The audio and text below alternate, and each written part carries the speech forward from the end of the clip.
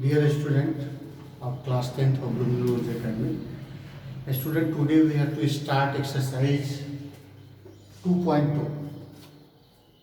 In this exercise, student, we have to study about quadratic polynomials. What is the quadratic polynomials?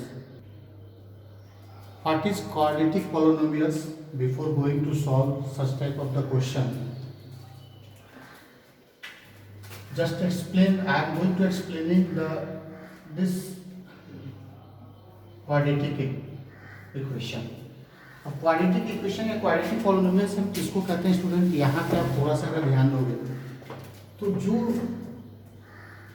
Polynomials इस form में हो ax square plus bx plus c,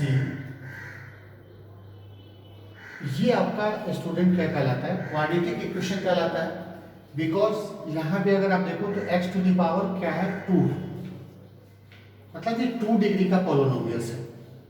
similarly अगर हम ये student लिखते हैं कि एक्स स्क्वायर ax क्यूब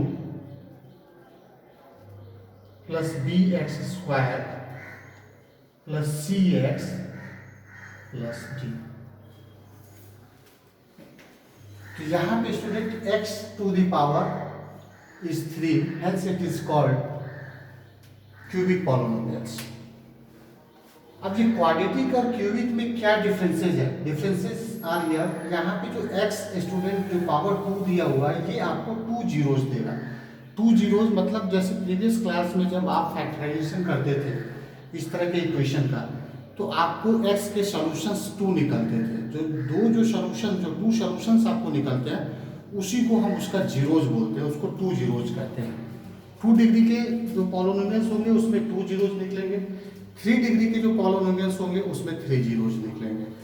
अब ये जीरोस कब देंगे? जब हम इसको इक्वल करते हैं, जीरो के इक्वल करते हैं. जब हम जीरो के इक्वल करते हैं तो ये सॉल्यूशन, ये पॉलिनोमियल्स हमें कुछ सॉल्यूशंस देता है. वो सॉल्यूशंस इसका जीरोस कहलाता है. उसको जीरोस भी बोलते हैं. किसी किसी बुक में उसका जो रेफरेंसेज है वो रूट्स के फॉर्म में भी दिया है, उसको रूट्स भी बोलते हैं. तो so don't be confused in the zeros and roots, both are the same. That are the solutions of the polynomials in their degrees. अब स्टूडेंट हम इसमें देखते हैं कि इसमें है क्या, इसका सॉल्यूशन कैसे निकलता है. एक नॉर्मल सा मैं एक्सरसाइज आपको क्वेश्चन बता रहा हूँ. Suppose this is the x square plus 5x plus 6. ऐसे इक्वेशन को सॉल्व करने के लिए, ऐसे पॉलिनोमियल्स को सॉल्व करने के लिए स्टूडेंट आप क्लास 8 में, क्लास 9 में अच्छे से आपने पढ़ा है. ये जो मिडिल टर्म्स होता है, इस मिडिल टर्म्स को हम क्या करते हैं? ब्रेक करते हैं.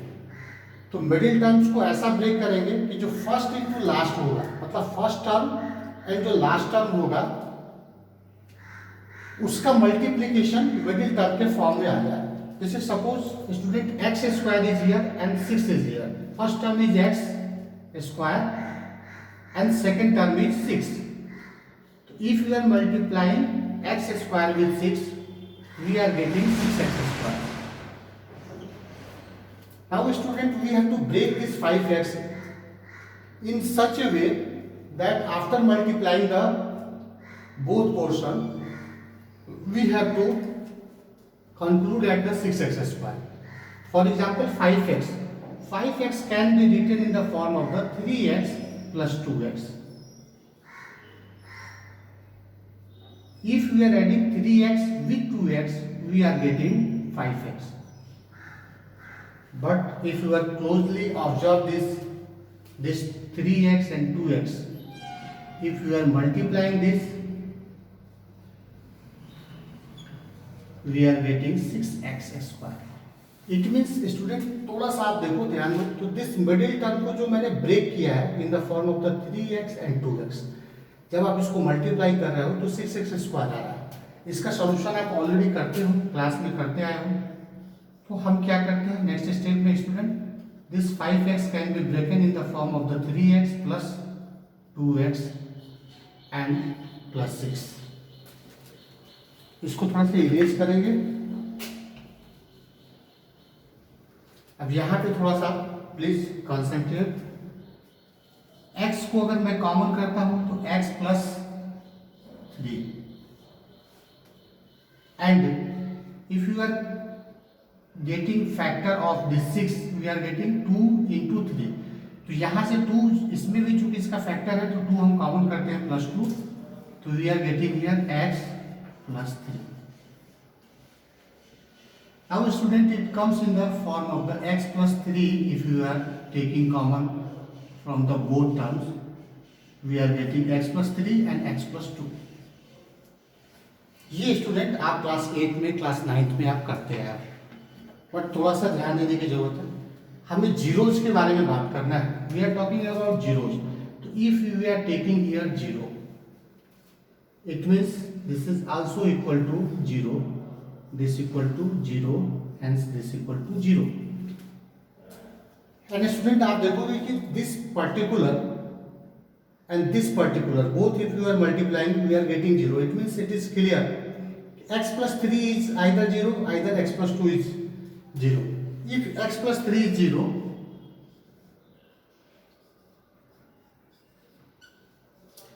then student this x gives you 3 को जब हम साइड चेंज कराते हैं स्टूडेंट तो -3 हो जाता है। And similarly we are doing with the operation of the x plus 2 is equal to 0, we are getting x is equal to -2. So this equation gives us two solutions, -3 and -2, when we are taking its zeros. So this is the zeros of this polynomials. In your exercise, this is taken as alpha and this is taken as beta. So now these zeros we have to taken as a alpha and beta. Similarly, this equation is in the form of the 3 degree of the x. So it is called cubic equation. So here we are getting 3 solutions of x. जैसे यहाँ पे equation अगर 2 degree का था तो हमने 2 solutions find out किया। अगर इक्वेशन 3 डिग्री का है तो आप कितने सॉल्यूशन फाइंड करोगे? 3 सॉल्यूशंस आप फाइंड करोगे। उसको हम नेमिंग क्या करते हैं? Alpha, beta and gamma. अब स्टूडेंट इस चैप्टर में जो हम लोगों को पढ़ना है तो we have to read about this relation between alpha and beta, relation between alpha, beta and gamma for the cubic polynomials, and alpha and beta relation between quadratic polynomials.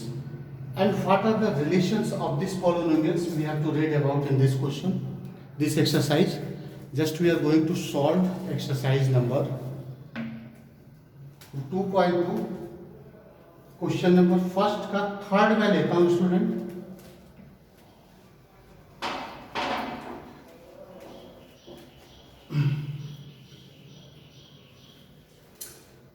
आप अगर यहाँ पे देखते हो क्वेश्चन नंबर फर्स्ट का third है,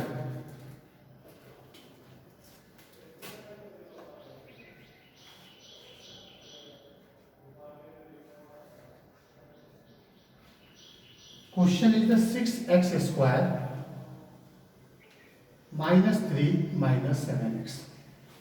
student again it is a 2 degree polynomials because the maximum degree of the x is 2. इसको थोड़ा सा अरेंज करते हैं बिकॉज ये थोड़ा सा डिसअरेंज फॉर्म में है। 6x square -7x and this -3.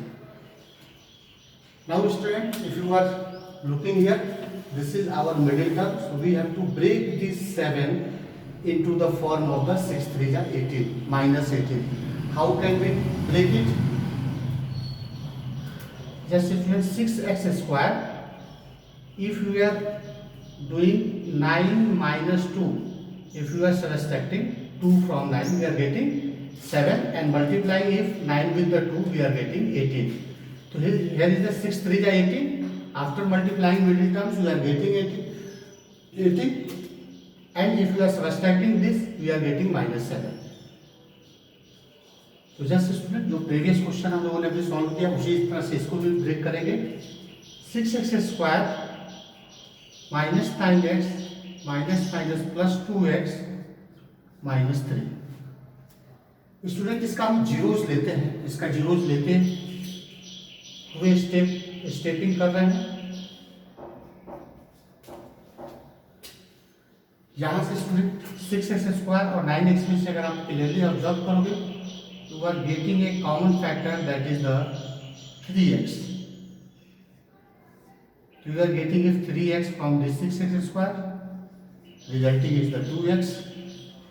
And student in 9x, if you are getting common 3x, you are getting 3.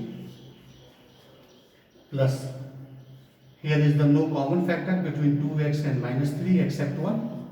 So we can write as it is. After doing it 0, what we are getting? 2x minus 3 is here and 2x minus 3 is also here. We are taking common the same. We are getting 3x plus 1 because 2x minus 3 we have taken here. Now instead it is equal to the 0. Next step, if you are doing 2x minus 3 is equal to 0, it provides us x is equal to 3/2, and if you are taking 3x plus 1 is equal to 0, it provides us minus 1/3. Now these are the zeros, student. These are the x is equal to 3/2 and x is equal to minus 1/3.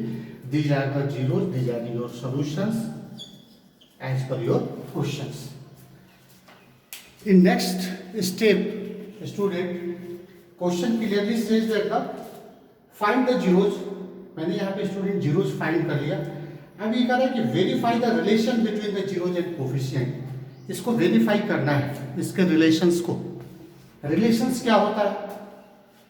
मैंने पिछले question में, पिछले जो मैंने आपको example लिया था उसमें मैंने रिलेशन नहीं आपको बताया था। रिलेशन क्या होता है, इसको हमने जैसे डिटेल किया था कि this is called alpha and this is called beta.